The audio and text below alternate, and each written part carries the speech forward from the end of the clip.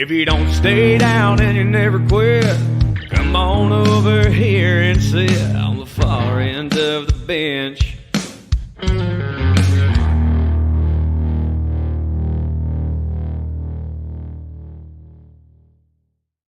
Welcome, ladies and gentlemen, the 2023 playoff review here for the Cincinnati Bengals. I am Jimmy Pilato, one half of the Far End of the Bench podcast, joining you guys live both on our YouTube channel as well through our YouTube page. So if you're following us for the first time, if you don't quite follow us yet, not subscribed, check down below, follow at FEOTB Pod on all social medias, and be sure to also subscribe to our YouTube channel. Now we're going to be doing live shows as far as the Bengals are able to go. So honestly, this could still be the last one. We started with about they just came out of the 2-minute warning. The Bengals were up by 7, and things were getting a little bit dicey. Things are a little bit hairy. Hasn't been the easiest game for me to watch, especially as a Bengals fan. I'm just making sure that everybody's aware that the link is now live and that we are going with this show. Obviously, last year we were able to get all the way through to the I ended at the AFC Championship because,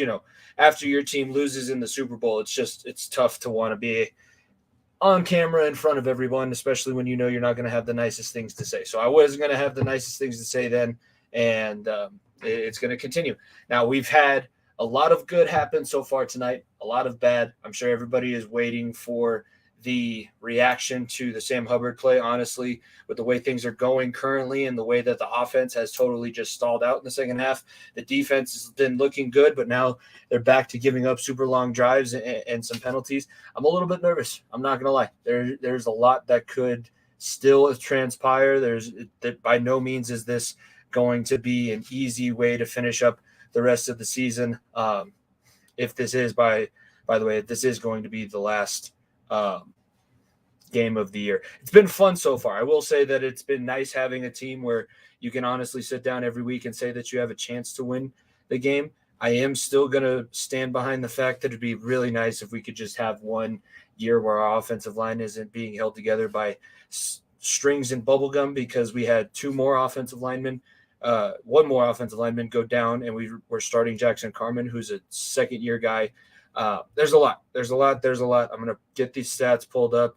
I'm watching the live stream now because I don't have access to my Peacock login. Should have got that set up before the show, but you know how we roll on the far end of the bench. Very rarely do we have everything set up. Very rarely does everything work out the way that it's supposed to. Gosh, dang it. J.K. Dobbins, whenever I want him to not do well, that's all he does is he goes out and he does well. Starting off, I guess before we get into this game, since I'm still kind of trying to waste some time, there's 56 seconds remaining in the fourth quarter. The Ravens are down by a touchdown. I would have to assume that if they do score, John Harbaugh is going to do what I assume that he's going to do and go for 2.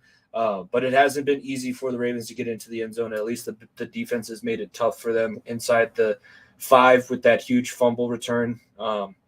And they've been making Tyler Huntley, as good as he's looked, he hasn't looked amazing. He hasn't been perfect.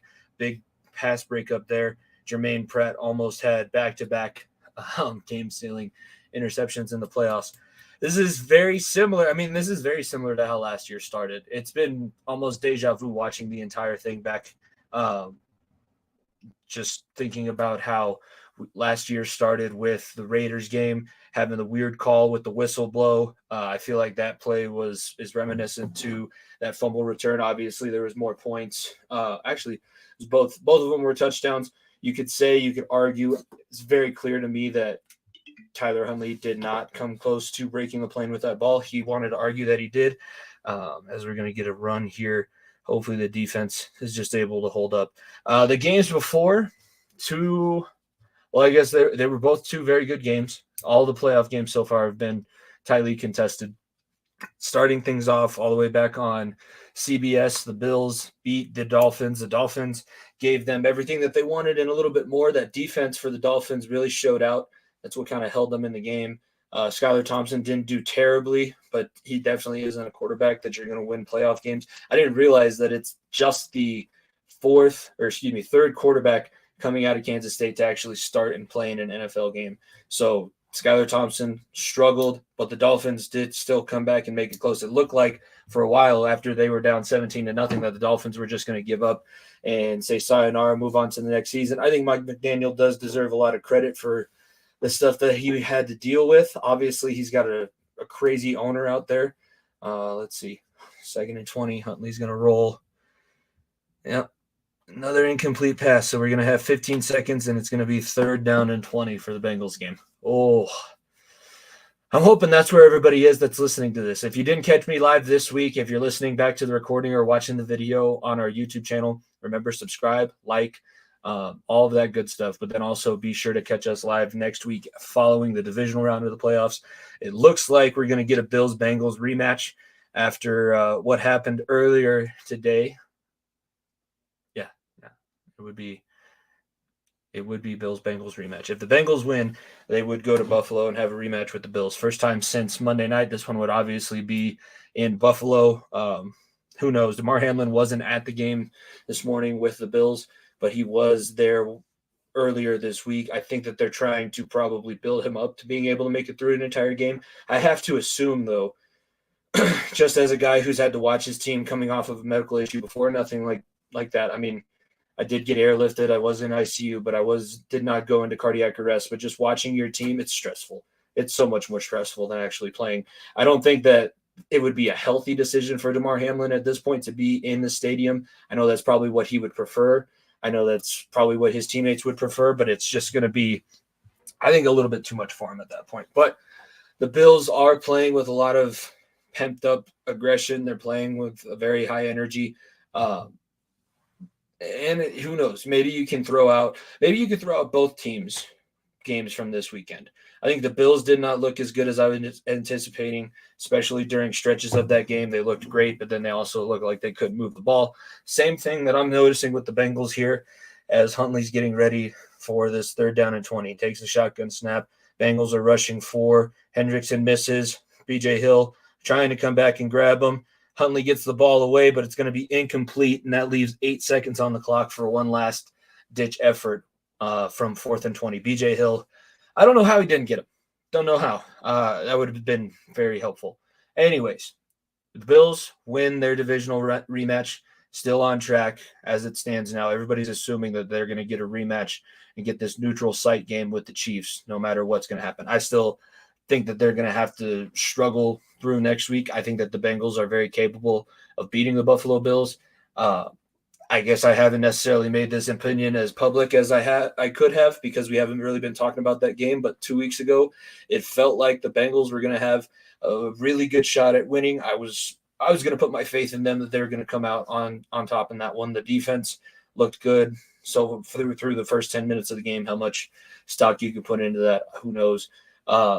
At least I know it's probably going to get nasty on the internet. So if you're a Bengals fan like myself, if you're a Bills fan, and you're rational, like I try to say that I am. I know I haven't been very rational. If you followed us at FEOTV Pod from the entirety of this show, not always the most rational and forward-thinking person, but I do think if we're going to be rational about this, let's make sure that we try and police the stupidity that we're going to see from both of our fan bases. You know that there's going to be a stupid comment made about how Damar Hamlin ruined the Bengals' chances of getting a 2nd seed in the AFC. You know you're going to get the idiots that are going to say, well, we get our revenge on the Bengals now for going out and hurting our guy. I don't know how many times this can be said. I don't know how many times we can say that. T. Higgins did not intentionally do anything wrong. He did not do anything wrong at all. Damar Hamlin did not expect for that to happen. It's not like he's going to hold some kind of grudge. I don't think the Bills players are going to hold any kind of grudge. There's going to be a little just apprehension, I think, at first, because this is going to be the first time that these two teams have been on the field since that very traumatic experience. Like I really don't know those first 10 minutes of the game as it stands. Like it looks like we're going to have Tyler Huntley's going back out to the huddle for the Ravens. The few moments of the game, especially initially, that we're going to get between the Bengals and Bills are going to be some of the most raw, emotion-filled moments that we've seen in the NFL. I think that's going to be something that's almost a certainty. I do think also that it's going to make both teams probably play pretty poorly. I think they're going to struggle. Huntley goes back on 4th and 20, almost falls down, goes all the way back to midfield and launches it deep, and it does fall incomplete. That was very close. Cincinnati Bengals are going to move on to the divisional round of the playoffs, get the big win over there in division rivals. AFC North matchup, the Bengals win 24-17. I mentioned a couple times, not the most perfect, not the prettiest performance, not something that you're necessarily even excited about happening, but hey, we're here. It did happen, and we can move on from it. But there's a lot that's going to need to be cleaned up. I was listening to the Sirius spot from the Bengals guys, and Dave Lapham said it pretty well. I mean, yeah, you're happy that you win the game. Everybody wants to win. Everybody wants to advance. You did some very good things. Your defense played out of their minds, especially in that second half, causing the huge turnover, holding the Ravens to no points. And this could have been a very different matchup. I think if Lamar Jackson never gets hurt against the Broncos, obviously this game could have been taking place in Baltimore if Lamar Jackson never got hurt against the Broncos. So you can't really put that into it. And I would say if it was Anthony Richardson, I would give the Ravens the backup quarterback thing. Tyler Huntley, he's not Lamar Jackson, but he's just about as good. And I think he's probably going to get a chance to win the starting job there next year because the Ravens aren't going to be able to hold on to Lamar. I think that he, with the right amount of reps, the right amount of experience, he has the right demeanor. Like, he could probably lead that team. They seem like they played pretty hard for him. Now, whether that was for Tyler Huntley specifically or just because they wanted to move on and beat a division rival in the playoffs, who knows? But the Bengals now 2-1 on the season against the Ravens. They move forward and get a chance now to slay what everybody is saying is the AFC's dragon in the Buffalo Bills. And I don't fear the Chiefs. I don't fear the Kansas City Chiefs. They are probably hoping to see the Cincinnati Bengals, in all honesty, in the AFC Championship. First off, they're going to have to beat Trevor Lawrence and the Jacksonville Jaguars. I think that's going to happen. They're going to want to see the Bengals win because they're going to want their home field advantage. They don't want to have this neutral site fiasco. Who knows what all that's going to bring. I agree with them. I tend to think that, that would probably be easier operations-wise. I'm starting to wonder. Obviously, there's a lot of things that I could pull out from tonight that would change this. But I'm starting to wonder who is really, who's afraid of who. I don't think that the Chiefs are afraid of the Bills. They know how to beat Buffalo. I know that this regular season was different, but in the playoffs, the last thing that we all remember is Patrick Mahomes having 13 seconds and that being 13 too many. I think that the Chiefs are less afraid of the Bengals, and I think that's exactly what the Bengals need to have happen. I really think that they were held back tonight by the fact that they were the betting favorite. People were expecting them to win.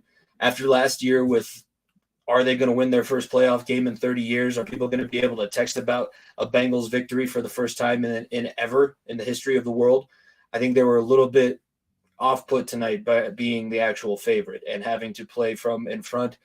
I think it's a good thing that they're playing the Buffalo Bills because now they're not only are they the lower seed, but they're going to be expected to lose, and they're going to probably have some people are going to think that they have some cosmic power that are against them. Let's go through here real quick. I'm just going to go quarter by quarter. First quarter, Evan McPherson gets the field goal, and then Jamar Chase gets his touchdown, first touchdown of the playoffs postseason for them. 36th touchdown pass of the season for Joe Burrow. And Jamar Chase, obviously on 2 back-to-back 1,000-yard seasons. He looked like the Ravens were just trying to take him away no matter what. Still had a lot of good things happen for him, though. And let's see. Going by the stats, Jamar Chase tonight, 9 catches, 84 yards, and a touchdown. Not his normal, absolutely unreal performance, but you will definitely take somebody that gets 9 catches and a touchdown, no matter what the circumstances are surrounding it. So he opens up scoring, gets the first touchdown of the game. The Ravens battle right back, though. Tyler Huntley gets a short pass completed to J.K. Dobbins. The Ravens pretty much for the entire night had very long drives. I think most of them, we'll get into the team stats here in a little bit, but I believe most of their drives were 6 minutes plus. That last one, the first one, was about 5 minutes. So 4:43. They were able to hold on to the ball for quite a bit of time. They were talking about it in the second quarter as well. The Bengals offense started off really hot. Then they were on the sideline for about 45 minutes of real time, and it really struggled. It was a struggle for them to try and come back from that. That was the second quarter that both the Bengals touchdown and the Ravens touchdown happened. The Bengals go into halftime down 10-9 as Evan McPherson missed their extra point after their touchdown. McPherson has been one of those stories. Like, I did not know about him when we drafted him. Last year made me a believer. I was the one going around screaming shooter after every time the Bengals won a playoff game. Like, I love Evan McPherson. I'm not saying anything bad.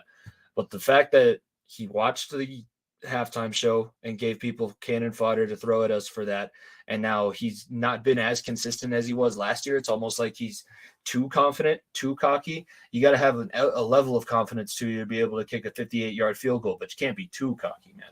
Like, you're not that good, especially when you're missing extra points in the NFL. That's high school level stuff. I got to worry about going into halftime with a 10-9 record after scoring a touchdown and a field goal in high school. I shouldn't have to worry about that in the NFL. I should be able to just be back there. It wasn't even like the fact that these NFL kickers are missing extra points in general, even if they moved it 10 yards back, just shows what a mental nightmare they are and why they deserve not to be on the field for outside of like 3 specialized events. I love kickers. I have a lot of friends that are kickers and punters. I was a long snapper. I know how the specialists are, but that can't. McPherson deserves a little bit of dragging for that one. That was awful. Third quarter, Burrow gets the 1-yard touchdown run, and then he throws it to T. Higgins for the 2-point conversion, makes it 17-10. The Ravens answered right back pretty much, and Tyler Huntley gets a 41-yard touchdown pass to Demarcus Robinson, makes it 17-17. Fourth quarter, only touchdown scored. It was going to be as one of those classic no, yes plays. And Tyler from Fat Boy Fadeaway, who's also a podcast on our network, the Variety Sports Network, asked for a reenaction. I will save the reenaction for the Talking the Gridiron and or the Far End of the Bench episode that comes out on Thursday that you guys will be able to listen to.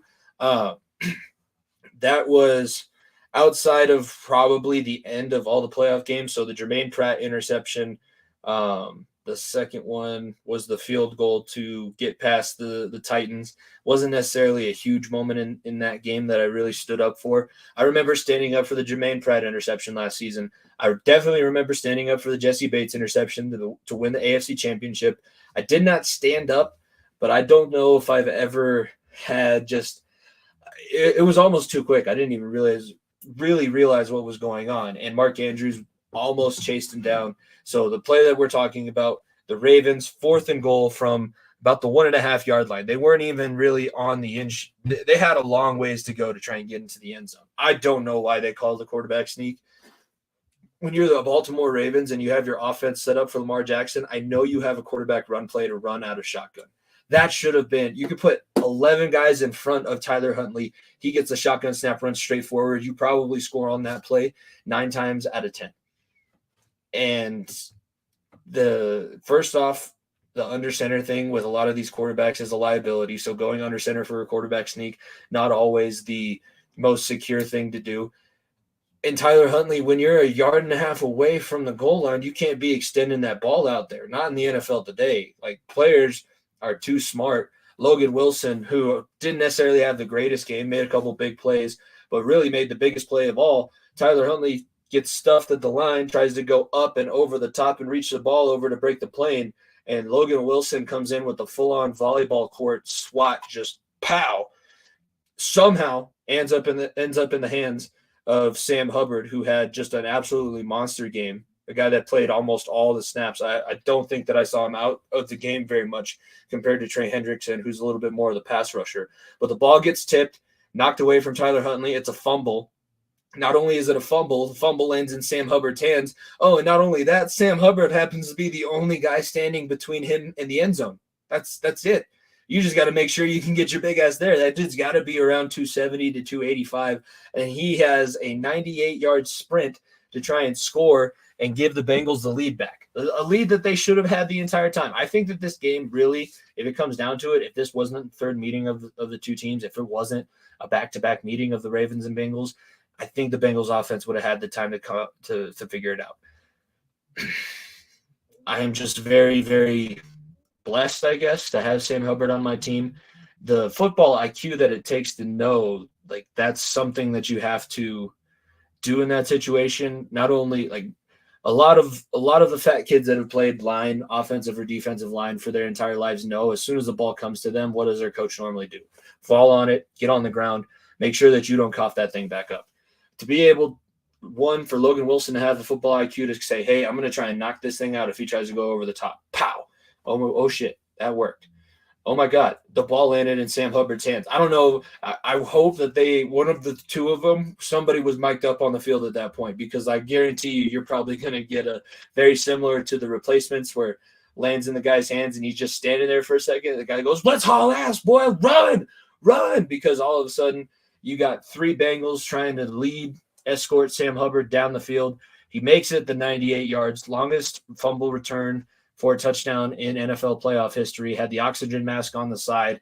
That is a championship moment if I've ever seen one. Everybody really on today, if you won your games, especially the ones that were super close, had some type of moment where you're like, that's a championship football team.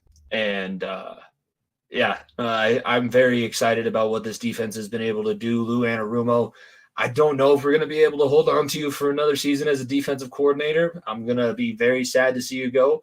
But you, over the last 2 seasons, everyone should know, and I hope that all of you that are watching this live, all of you that are listening back to the recording of this, when you listen to my podcast on Thursday, I'm going to say this as well. Lou Anarumo has been, for the past 2 seasons, the catalyst of this Bengals turnaround.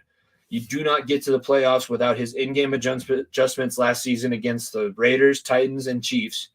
They almost probably should have done it in the Super Bowl. They had everything going the way that they needed to. It was the offensive line that held them back. It's probably going to be the offensive line that holds them back again this year. But after Carmen came in, except for a couple times, he was doing well against the guy that was beating the shit out of Jonah Williams. And Jonah Williams is a former 10th overall pick. This guy has been expected to hold down the left side of the offensive line for the past 3 years, and it just hasn't happened. But you got a guy that can step in, and this team is buying in. I think it has a lot to do with number 9 back there in the huddle. When you have Joe Burrow, when you have Joe Shiesty, you can maybe make some more mistakes and still have the confidence to be able to come through. But, like, overall, I'm not going to say I'm very pleased with everything that happened, but it wasn't like it was the worst thing in the world.